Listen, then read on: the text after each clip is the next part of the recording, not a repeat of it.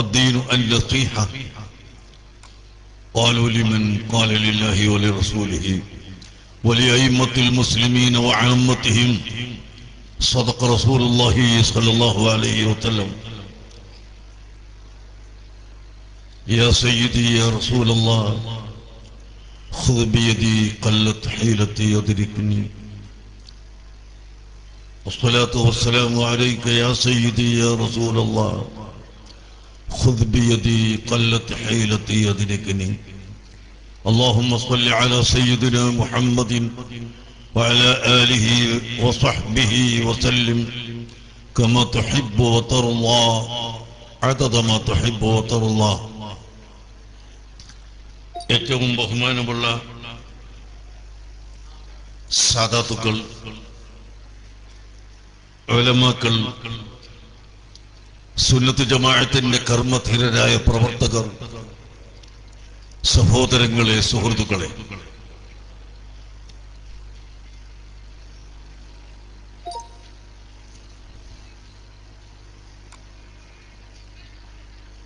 ബഹുമാനപ്പെട്ട താജുൽ ഉലമ സയ്യിദ് അബ്ദുറഹ്മാൻ അൽ ബുഖാരി തവല്ലല്ലാഹു ഉംറഹു മഅ സിഹ്ഹത്തി വൽ ആഫിയ, ബഹുമാനപ്പെട്ട താജുൽ ഉലമ ഉള്ളാൾ തങ്ങളുടെ നേതൃത്വത്തിൽ ഞങ്ങൾ പ്രവർത്തിക്കുന്ന സമസ്ത കേരള ജംഇയ്യത്തുൽ ഉലമയുടെ നിർദ്ദേശപ്രകാരം സമസ്ത കേരള സുന്നി യുവജന സംഘം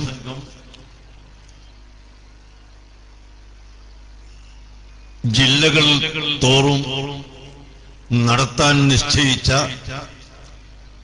ആദർശ സമ്മേളനമാണ്. അതിന്റെ കോഴിക്കോട് ജില്ലയുടെ സമ്മേളനമാണ് ഇന്ന് നടക്കുന്നത്. ഇൻഷാ അല്ലാഹ് ഈ മാസം 25-ാം തീയതി വെള്ളിയാഴ്ച മലപ്പുറത്തും 27-ാം തീയതി കണ്ണൂരിലും ആദർശ സമ്മേളനം നടക്കുന്നതാണ് എന്ന് ഞാൻ ആദ്യമായി നിങ്ങളെ അറിയിക്കുന്നു. ഇതൊരു പ്രത്യേക സബ്ജക്റ്റ് വെച്ചുകൊണ്ട് ഒരു പ്രത്യേക വിഭാഗത്തെ എതിർക്കുന്നതിന് വേണ്ടിയോ ഒന്നും സംഘടിപ്പിച്ച സമ്മേളനം അല്ല. മറിച്ച് സമസ്ത കേരള ജംഇയ്യത്തുൽ ഉലമ ഇവിടെ നിലവിൽ വന്നത് അഹ്ലുസുന്നത്തി വൽ ജമാഅത്തിന്റെ ആദർശം ഇവിടെ പഠിപ്പിക്കാനും നിലനിർത്താനും വേണ്ടിയാണ്. എന്നാൽ ആ പേർ സമസ്ത എന്ന പേര് അടിക്കടി പറഞ്ഞുകൊണ്ട് ഇവിടുത്തെ ബിദ്അത്തുകാരെ മുഴുവനും കൂട്ടിച്ചേർത്ത് ബിദ്അത്തുകാരുടെ എല്ലാ പരിപാടികൾക്കും പിന്തുണ നൽകി അവരെ സഹായിക്കുകയും തലോടുകയും ചെയ്യുന്ന ഒരു വിഭാഗം ഇവിടെയുണ്ട്. ഞങ്ങൾക്ക് പറയാനുള്ളത്, ഞങ്ങൾ ഒറ്റപ്പെട്ടു എന്ന് നിങ്ങൾ പറഞ്ഞാലും, ഞങ്ങൾ വേർതിരിഞ്ഞു നിൽക്കുന്നു എന്ന് പറഞ്ഞാലും, എന്തു തന്നെ പറഞ്ഞാലും അഹ്ലുസുന്നത്തി വൽ ജമാഅത്തിന്റെ ആശയ ആദർശം ഇവിടെ നിലനിർത്തുന്നതിന് വേണ്ടി ഞങ്ങളുടെ മുൻഗാമികളായ സമസ്ത കേരള ജംഇയ്യത്തുൽ ഉലമ സ്ഥാപിച്ച അതേ സംഘടന മുറുകെ പിടിക്കുകയും അതിന്റെ ആദർശം ഒരിക്കലും കൈവിടാതെ കാത്തു സൂക്ഷിക്കുകയും ചെയ്യുമെന്ന് ഞാൻ ആദ്യമായി പറയാൻ ആഗ്രഹിക്കുകയാണ്.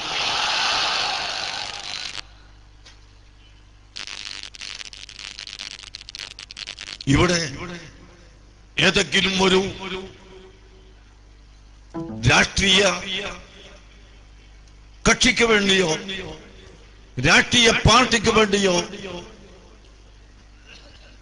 ഫത്വ ഇറക്കുന്നവരല്ല ഞങ്ങൾ. ഒരിക്കലും അങ്ങനെ ഇറക്കിയിട്ടില്ല.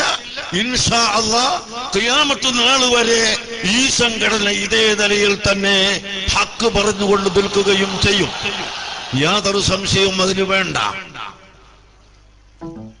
അഹ്ലുസ് സുന്നത്തി വൽ ജമാഅത്ത് ലാ തസാലു ത്വായിഫത്തും മിൻ ഉമ്മത്തി ളാഹിരീന അലൽ ഹഖ്, സത്യത്തിൽ അടിയുറച്ചു നിൽക്കുന്ന, അത് വളരെ പ്രത്യക്ഷമായി തന്നെ നിൽക്കുന്ന ഒരു വിഭാഗം ഇവിടെ എന്നും എന്റെ സമുദായത്തിൽ നിന്ന് ഉണ്ടാകും എന്ന് നബി സല്ലല്ലാഹു അലൈഹി വസല്ലം തങ്ങൾ പറഞ്ഞിട്ടുണ്ട്. അവിടെ ത്വായിഫത്തും മിൻ ഉമ്മത്തി, എന്റെ ഉമ്മത്തിൽ നിന്ന് ഒരു സംഘം എന്നാണ് പറഞ്ഞത്. അതുകൊണ്ട് ഇവിടുത്തെ എല്ലാവരും ഞങ്ങൾക്കെതിരാണ്, മറ്റവർ എതിരാണ്, ഇവരെതിരാണ് എന്ന് പറഞ്ഞത് കൊണ്ടൊന്നും ഞങ്ങൾക്ക് ഭയപ്പെടാനില്ല. ഇവിടെ മുജാഹിദ് പ്രസ്ഥാനവും ജമാഅത്തെ ഇസ്ലാമിയും അതുപോലുള്ള മറ്റ് ബിദ്അത്ത് സംഘടനകളും ഏതെല്ലാം നിലയ്ക്ക് ഇവിടെ വന്നു, ഐക്യസംഘം എന്ന പേരിൽ വന്നു, ഐക്യവേദി ഉണ്ടാക്കി, സൗഹൃദ വേദി ഉണ്ടാക്കി. ഇപ്പോഴും അത് പല പേരിലും മാറ്റി മാറ്റി ഉണ്ടാക്കി ഇവിടുത്തെ പണക്കാരനെയും ഇവിടുത്തെ കഴിവുള്ളവരെയും അതിൽ ഉൾപ്പെടുത്തി സുന്നത്ത് ജമാഅത്തിന്റെ ആശയത്തിൽ നിന്ന് വ്യതിചലിപ്പിക്കാൻ ശ്രമിക്കുന്നുണ്ട് എന്ന് നിങ്ങൾ മനസ്സിലാക്കണം. ആ ഉള്ളിലൂടെ ഇതാരുടെ പാർട്ടിയുമല്ല, ഒരു പ്രസ്ഥാനത്തിൻ്റെതുമല്ല, ഇത് കേവലം മുസ്ലിം സമുദായത്തിൻ്റെത് മാത്രമാണ് എന്ന് പറഞ്ഞ് അത്തരം സംഘടനകൾ കൊണ്ടുവരുന്നവര് മനസ്സിലാക്കണം. നിങ്ങളുടെ മുഴുവൻ ഉള്ളുകളികളും നിങ്ങളുടെ മുഴുവൻ കുതന്ത്രങ്ങളും ഞങ്ങൾ കണ്ടുപിടിച്ചുകൊണ്ടിരിക്കുന്നുണ്ട്, ഞങ്ങൾക്കത് മനസ്സിലാകുന്നുണ്ട്. അതുകൊണ്ട് തന്നെ സുന്നത്ത് ജമാഅത്തിനെ തകർക്കാൻ അത്തരം ഒരു കുതന്ത്രവും ഇവിടെ നടക്കുകയില്ല എന്ന് അവരും മനസ്സിലാക്കേണ്ടതാണ്.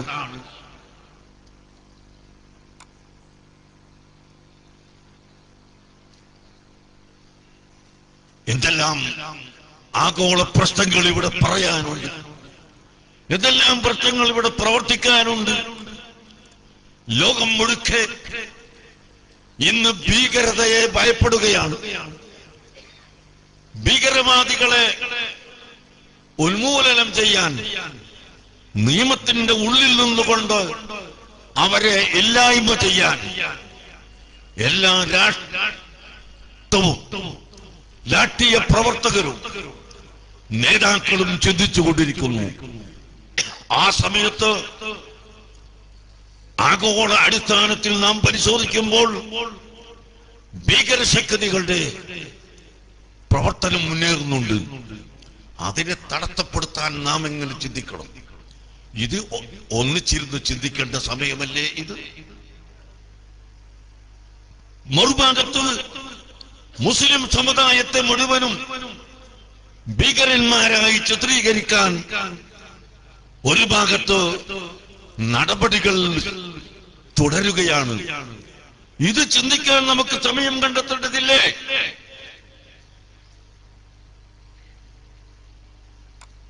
മുസ്ലിം സമുദായത്തെ അവഹേളിക്കാനും പണ്ഡിതന്മാരെ പരിഹസിക്കാനും കുരങ്ങിന് ഏണി വെച്ചു കൊടുക്കുന്നത് പോലെ ഒരു ഫത്വ അങ്ങോട്ട് എറിഞ്ഞിട്ട് പോയാൽ മതിയോ? ഇപ്പോൾ സ്ത്രീകളുടെ വിവാഹപ്രായത്തെ സംബന്ധിച്ച് കോലാഹലം നടക്കുകയാണ്. എന്താ ഉണ്ടായ ഫലം? കൂടിയാലോചന കൂടാതെ ഏതെങ്കിലും പാർട്ടികളെ ഒറ്റപ്പെടുത്തണം എന്ന തീരുമാനവുമായി കുറെ ആളുകളെ കൂട്ടി ഫത്വ ഇറക്കിയത് കൊണ്ട് എന്താണ് സംഭവിച്ചത്? ഇവിടുത്തെ മുഴുവൻ ആളുകളും ഇസ്ലാമിനെ പരിഹസിക്കാനും ഇസ്ലാമിനെ കളിയാക്കാനും വന്നു എന്നതിൽ കവിഞ്ഞു. എന്താണ് അതുകൊണ്ടുണ്ടായ നേട്ടം? അതാണ് താജുൽ ഉലമയുടെ സമർത്ഥ പറഞ്ഞത്. നിങ്ങളിവിടെ ധൃതിപ്പെട്ട് ഏതെങ്കിലും പാർട്ടികളെ ഒറ്റപ്പെടുത്തണമെന്ന ചിന്തയുമായി വേണ്ടാത്ത കാര്യങ്ങൾ വലിച്ചിടണ്ട. നമുക്കൊരു സമവായമുണ്ടാക്കി കളയാം. ഒരു സമവായത്തിലൂടെ ഇത്തരം പ്രശ്നങ്ങളൊക്കെ പരിഹരിക്കാൻ കഴിയുമായിരുന്നു. അത് വലിച്ചിട്ട് കടിച്ചു കീറാൻ, ഇസ്ലാമിനെ കടിച്ചു കീറാൻ, പണ്ഡിതന്മാരെ പിച്ചു ചീന്താൻ ഈ കാര്യം നിങ്ങൾ ഇട്ടുകൊടുക്കേണ്ടതില്ലായിരുന്നു എന്ന് ഞങ്ങൾ പറയാൻ കാരണം അതാണ്. മനുഷ്യ സഹോദരങ്ങൾ ചിന്തിക്കണം, സത്യം വ്യക്തമായി നിങ്ങൾ മനസ്സിലാക്കണം. ഇവിടെ ആരാണ് ദീൻ പറയുന്നവർ, ആരാണ് ദീനിന് വേണ്ടി പ്രവർത്തിക്കുന്നവർ എന്ന് നമുക്ക് മനസ്സിലാക്കാൻ കഴിയില്ലേ? സഹിക്കാൻ കഴിയുമോ? പണ്ഡിതന്മാരെ, അലിമീങ്ങളെ, മുസ്ലിം സമുദായത്തെ തന്നെ ആരൊക്കെയോ കയറി കടിച്ചു കീറുന്നു, ചീത്ത പറയുന്നു അവസ്ഥയാണ് ഇവിടെ കേൾക്കാൻ കഴിഞ്ഞത്. നമുക്ക് സഹിക്കാൻ കഴിയില്ല, നമ്മളതിന് ഉത്തരവാദിയല്ല. പക്ഷേ പറയുന്നത് ഇവിടുത്തെ മുഴുവൻ പണ്ഡിതന്മാരെയും മുഴുവൻ മുസ്ലിംകളെയുമാണ്. മുസ്ലിമിന്റെ പേരിൽ തന്നെയുള്ള ചില നിരീശ്വരവാദികൾ, യുക്തിവാദികൾ അവർക്ക് കയറിപ്പറ്റാനുള്ള നല്ലൊരു ഏണിയായി ഫത്വയിട്ട് കൊടുക്കുകയാണ്. അതിന് പകരം ഈ ഭിന്നിപ്പുമായി നടക്കാതെ സുന്നത്ത് ജമാഅത്തിന്റെ പേര് പറയുന്ന മുഴുവൻ ആളുകളും, സമത്വയുടെ പേര് പറയുന്ന മുഴുവൻ ആളുകളും ഒറ്റക്കിരുന്ന് ഈ സുന്നത്ത് ജമാഅത്തിന്റെ ആശയമെന്ത് എന്ന് ചിന്തിക്കുകയും ഭരണഘടനയിലെ നിയമവും എല്ലാം പഠിച്ചവർ നമ്മളിൽ ഉണ്ടല്ലോ, നമ്മളിലുമുണ്ട്, നിങ്ങളിലുമുണ്ട്, എല്ലാം അവരെല്ലാവരും കൂടി ഇരുന്ന് ഈ രാജ്യത്തിന്റെ നിയമങ്ങൾ കൊണ്ടുവരുമ്പോൾ ആ നിയമത്തിന് ഏതുവിധ വിലക്ക് നാം നേരിടണം എന്ന് പഠിക്കുകയും പറയുകയും ചെയ്യുന്നതിന് പകരം ഇവിടെ ഒരു വിഭാഗത്തെ ഒറ്റപ്പെടുത്തണം എന്ന് പറഞ്ഞതുകൊണ്ട് മാത്രം രാജ്യം നന്നാവുകയില്ല. നാം വളരെ ഗൗരവമായി ചിന്തിക്കണം. പക്ഷേ ഞങ്ങൾക്ക് പറയാതിരിക്കാൻ നിവൃത്തിയില്ല. അതുകൊണ്ട് ഞങ്ങൾ പറഞ്ഞു, ഒരു സമവായത്തിലൂടെ ആ കാര്യം കണ്ടെത്തുകയായിരുന്നു വേണ്ടത് എന്ന്. ഇനി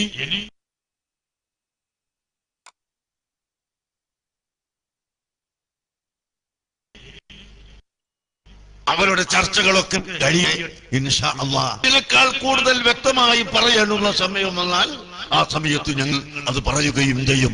ഞങ്ങൾ ആരെയും ഭയപ്പെട്ടുകൊണ്ട്, ഒരു കക്ഷിയെയും ഭയപ്പെട്ടുകൊണ്ട് ദീനിന്റെ മസ്അല പറയാൻ ഞങ്ങൾ മടിക്കുകയില്ല. അതിന് യാതൊരു സംശയവും ഇല്ല. പ്രിയപ്പെട്ട സഹോദരങ്ങളെ,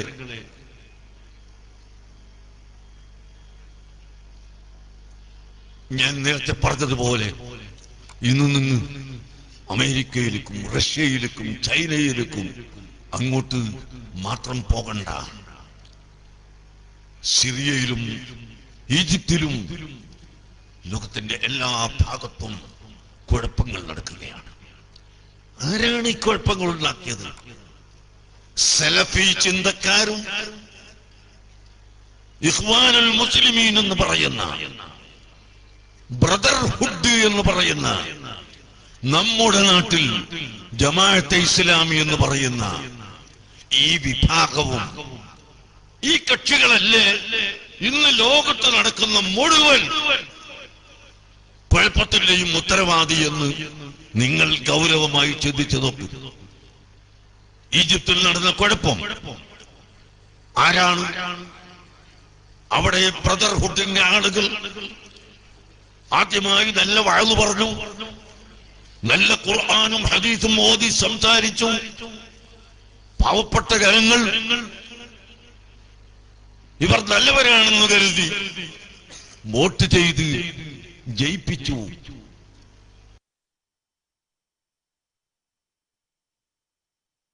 ഭരണം കയ്യിൽ കിട്ടി.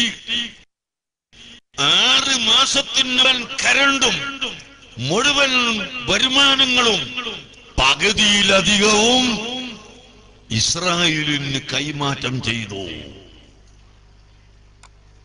ഇസ്രായേലിന് ജൂതന്മാർക്ക് കൊടുക്കാനുള്ള കരാറായി ആ സമയത്താണ് ഈജിപ്തിലെ ജനങ്ങൾ ചടകുടഞ്ഞ് എഴുതിയിട്ട് ഈ തീവ്രവാദികളെ ഇവിടെ വെക്കാൻ പറ്റില്ല എന്ന് മനസ്സിലാക്കിയത്. അതുകൊണ്ട് അവരെ തുടച്ചു നീക്കി. ഞാൻ പറയുന്നത് പരിശുദ്ധ അഹ്ലുസുന്നത്ത് വൽ ജമാഅത്ത് അല്ലാത്ത ഈ പുത്തൻ വാദികളും പ്രസ്ഥാനക്കാരും മുഴുവനും ഇവിടെ കുഴപ്പത്തിന്റെ തിരി കൊളുത്തുന്നവരാണ്. അവരിലൂടെ അല്ലാതെ എവിടെയും ഈ കുഴപ്പമുണ്ടായിട്ടില്ല. ഇന്ന് സൗദിയിലേക്ക് നിങ്ങൾ നോക്കൂ, അവിടെ ജയിലിൽ അടക്കപ്പെട്ടവർ ആരാണ്? ഈജിപ്തിൽ ആരാണ് ജയിലിൽ അടക്കപ്പെട്ടത്? അതുപോലെ സിറിയയിൽ കുഴപ്പമുണ്ടാക്കിയവരാരാണ്? ജോർദാനിൽ കുഴപ്പമുണ്ടാക്കാൻ ശ്രമിച്ചവരാരാണ്? അഫ്ഗാനിസ്ഥാനിൽ സ്ത്രീകൾക്ക് പർദ്ദയും മുഖമക്കലയും വേണമെന്ന് പറഞ്ഞു കേട്ടപ്പോൾ അത് ഇസ്ലാമിന്റെ ഒരു ശിആറാണ്, ഇസ്ലാമിന്റെ അടയാളമാണ്, നല്ല കാര്യമല്ലേ ഇവർ കൊണ്ടുവരുന്നത് എന്ന് ചിന്തിച്ച് പലരും അവിടുത്തെ താലിബാനെ അനുകൂലിച്ചു പോയെങ്കിൽ പിന്നീട് ആ താലിബാന്റെ അവസ്ഥ അവർ സുന്നത്ത് ജമാഅത്തിനെ നശിപ്പിക്കാൻ, ബിദ്അത്ത് പ്രചരിപ്പിക്കാൻ ഇവിടെ വന്ന കക്ഷിയാണ് എന്ന് പിന്നീടാണ് ജനങ്ങൾക്ക് മനസ്സിലായത്. അതുപോലെ പ്രിയപ്പെട്ട സഹോദരങ്ങളെ, ഇപ്പോൾ ശ്രമപ്രദവുമായി വരുന്നതും അതേ കക്ഷികൾ ബിദ്അത്ത് നടത്താനും ബിദ്അത്തുകാരന്റെ ഏജന്റായി പ്രവർത്തിക്കുന്ന കപട വിശ്വാസികളും ആണ്, മുനാഫിക്കുകളാണ് എന്ന് നിങ്ങൾ മനസ്സിലാക്കിയേ പറ്റൂ. മുനാഫിക്കുകൾ എക്കാലവും ഇവിടെ ഉണ്ടായിട്ടുണ്ട്. എത്രത്തോളം അഷ്റഫുൽ ഖൽഖ് സല്ലല്ലാഹു അലൈഹി വസല്ലം തങ്ങളുടെ അടുക്കൽ ഇസ്ലാം മതം സ്വീകരിച്ചു കൊണ്ടുവന്ന് മുനാഫിക്കത്തരം കാണിച്ചു കൊണ്ടുനിന്ന ഒരു മനുഷ്യനെ കൊണ്ട് അല്പം ചിലതെല്ലാം നബി സല്ലല്ലാഹു അലൈഹി വസല്ലം തങ്ങൾ എഴുതിച്ചിട്ടുണ്ടായിരുന്നു. നബി തങ്ങൾക്ക് ഒരുപാട് എഴുത്തുകാര് ഖാത്തിബുകളുണ്ട്. ആ കൂട്ടത്തിൽ ഒരല്പസമയം ഇവനെയും എഴുതാൻ നിശ്ചയിച്ചിരുന്നു. അങ്ങനെ അല്പ ദിവസം കഴിഞ്ഞപ്പോൾ അവന്റെ നിഫാക്ക് വെളിച്ചത്ത് കൊണ്ടുവന്ന്, അവന്റെ കാപട്യം വെളിച്ചത്ത് കൊണ്ടുവന്ന് അവൻ പരസ്യമായി മുർത്തദ്ദായി രംഗത്തിറങ്ങി. എന്നിട്ട് അവൻ പറഞ്ഞതെന്താണെന്നറിയോ? സനത് എഴുതിയുണ്ടാക്കിയതാണ്. നിങ്ങൾ എടുത്തു നോക്ക്. ഇമാം ബുഖാരി തന്റെ സ്വഹീഹിൽ ഒരു മനുഷ്യനെ വിവരിച്ചിട്ടുണ്ട്. ആ മനുഷ്യൻ ആരാണ്? അവൻ മരണപ്പെട്ടതിന്റെ ശേഷം അവനെ കുഴിച്ചിട്ടു. നേരം വെളുക്കുമ്പോഴേക്ക് ഭൂമിയിൽ നിന്ന് പുറത്തു വന്നു പോയി. മംബൂദ് മിനൽ അർദ്. അടുത്ത ദിവസം വീണ്ടും കുടിച്ചിട്ടു, കുറച്ചുകൂടി ആഴം കൂട്ടിയിട്ട് പിന്നെയും പുറത്തുപോയി. മൂന്നാമത്തെ ദിവസം അവരെ കൊണ്ട് കഴിയുന്ന അത്ര ആഴം കൂട്ടി കബർ കുടിച്ചിട്ട് അതിന്റെ ഉള്ളിലേക്ക് കുടിച്ചിട്ടു. എന്നിട്ട് കാവൽ നിന്നു. ആരാണ് ഇത് മാന്തിക്കൊണ്ടുപോകുന്നത് എന്ന് നോക്കാൻ. അവർ പറഞ്ഞിരുന്നു മുഹമ്മദിന്റെ അനുയായികളാണ് ഇത് മാന്തിക്കൊണ്ട് പുറത്തിടുന്നത് എന്ന്. മൂന്നാമത്തെ ദിവസം അവർ കാവൽ നിന്നു. സഹോദരങ്ങളെ, നേരം വെളുക്കുമ്പോക്ക് ഈ ശവം ഭൂമിയുടെ ഉള്ളിൽ നിന്ന് പുറത്തു വന്നു. അല്ലാഹുവിന്റെ ഹബീബ് പറഞ്ഞിരുന്നു അവനെ സംബന്ധിച്ച്. എപ്പോഴാണ് പറഞ്ഞതെന്നറിയോ? അവൻ നബി സല്ലല്ലാഹു അലൈഹി വസല്ലം തങ്ങളുടെ കൽപ്പനപ്രകാരം ഏതാനും ചില വരികളൊക്കെ അവിടത്തേക്ക് എഴുതിക്കൊടുത്ത ആ മനുഷ്യൻ പിന്നീട് പറഞ്ഞത് എന്താണ്? ലം യഖുൽ മുഹമ്മദുൻ ഇല്ലാ മാ കതബ്തു. ഞാൻ എഴുതിക്കൊടുത്തതല്ലാതെ മുഹമ്മദ് സംസാരിച്ചിട്ടേ ഇല്ല. മുഹമ്മദ് ഇവിടെ പറയുന്നത് മുഴുവനും ഞാൻ എഴുതിക്കൊടുത്തതാണ് എന്ന് ഈ കപട വിശ്വാസി പറഞ്ഞിരുന്നു. ആ സമയത്താണ് അല്ലാഹുവിന്റെ ഹബീബ് പറഞ്ഞത്, ഫഇന്നഹു ലാ തഖ്ബലുഹുൽ അർളു. അവനെ ഭൂമി സ്വീകരിക്കൂല. ഭൂമിയുടെ ഉള്ളിൽ അവന് കിടക്കാൻ ഭൂമി സ്വീകരിക്കൂല. അങ്ങനത്തെ മനുഷ്യൻ മരണപ്പെട്ടതിന്റെ ശേഷമുണ്ടായ സംഭവം 3 ദിവസവും കുഴിച്ചിട്ട് പുറത്തു വന്ന് കണ്ടപ്പോൾ ഇവർക്ക് മനസ്സിലായി ഇതാരും എടുത്തിട്ടതല്ല, ഇത് ഭൂമിയിൽ നിൽക്കാത്തതാണ്, ഭൂമി വിഴുങ്ങാത്തതാണ് എന്ന്. പിന്നെ അവനെ എവിടെയോ കൊണ്ടുപോയി ചുട്ട് കരിച്ചു കളയുകയാണ് അവർ ചെയ്തിട്ടുള്ളത്. അങ്ങനെ ഞാൻ എഴുതി കൊടുത്തതാണ്, ഞാൻ തന്നിട്ടാക്കി കൊടുത്തതാണ് എന്ന് പറയുന്ന മുനാഫിക്ക് അന്ന് തുടങ്ങിയതാ. അതുകൊണ്ട് അതിലൊന്നും നമ്മൾ വഞ്ചിതരായി പോകണ്ട.